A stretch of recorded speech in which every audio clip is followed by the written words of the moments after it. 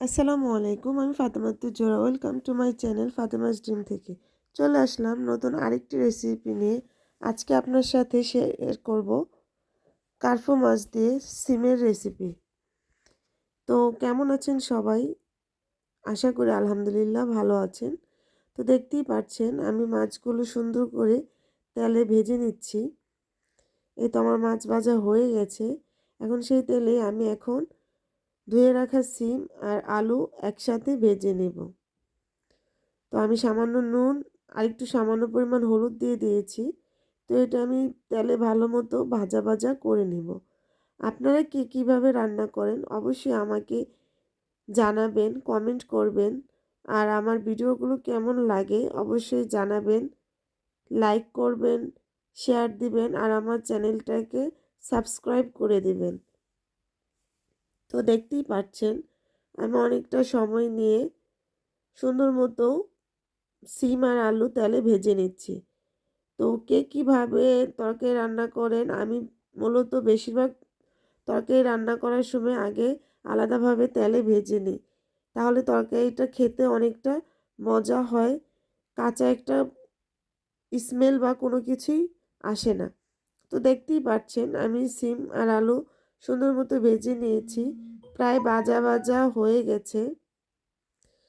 তো এখন আমি এগুলো তুলে নেব।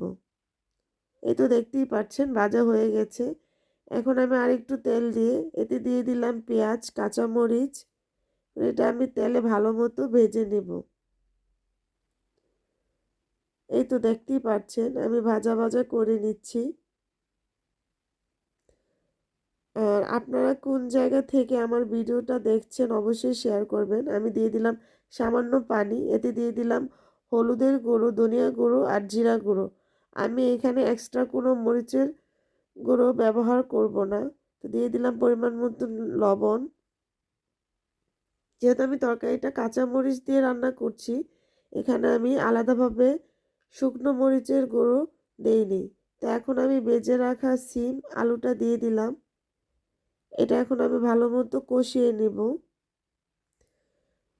মশলাটার সাথে ভালো মতো কষিয়ে নিলে তরকারিটাও খেতে ভালো লাগে আর তরকারির ঝোলটা অনেক সুন্দর হয়। তো দেখতেই পাচ্ছেন আমি এটা ভালো মতো ঢাকনা দিয়ে কষিয়ে নিচ্ছি। তো দেখতে পাচ্ছেন প্রায় আমার কষানো হয়ে গেছে। তো কালারটা কেমন হয়েছে, তরকারি রান্না কেমন হচ্ছে অবশ্যই আমাকে কমেন্টে জানাবেন। তো এখন আমি পরিমাণ মতো পানি দিয়ে দিলাম। তো দেখতেই পাচ্ছেন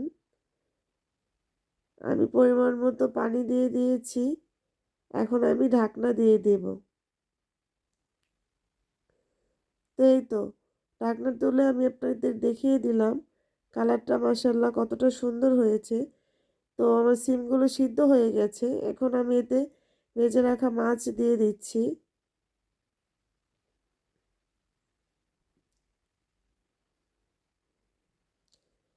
তো এই তো আমি ভেজে রাখা মাছ দিয়ে দিলাম।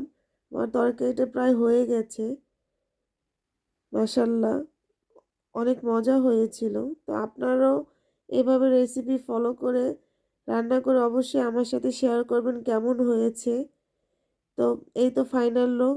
সবাই ভালো থাকবেন। Thanks for watching my video. আল্লাহ হাফেজ।